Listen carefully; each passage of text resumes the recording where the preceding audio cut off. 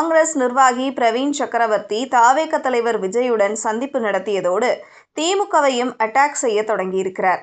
இதனால் திமுக, காங்கிரஸ் கட்சியினர் சோஷியல் மீடியாவில் சண்டை போட்டு வருகின்றனர். இந்த நிலையில் காங்கிரஸ் எம்பி மாணிக்கம் தாக்கூர் எக்ஸ் பக்கத்தில் ஒரு பதிவை கோடிட்டு காட்டியுள்ளார். அதாவது 2021 சட்டசபை தேர்தலில் திமுக கூட்டணி சார்பாக போட்டியிட்ட 58 வேட்பாளர்களின் வெற்றியில் உள்ள வாக்கு வித்தியாசம் 20,000க்கும் குறைவாக இருப்பதாக மாணிக்கம் தாக்கூர் கூறியுள்ளார்.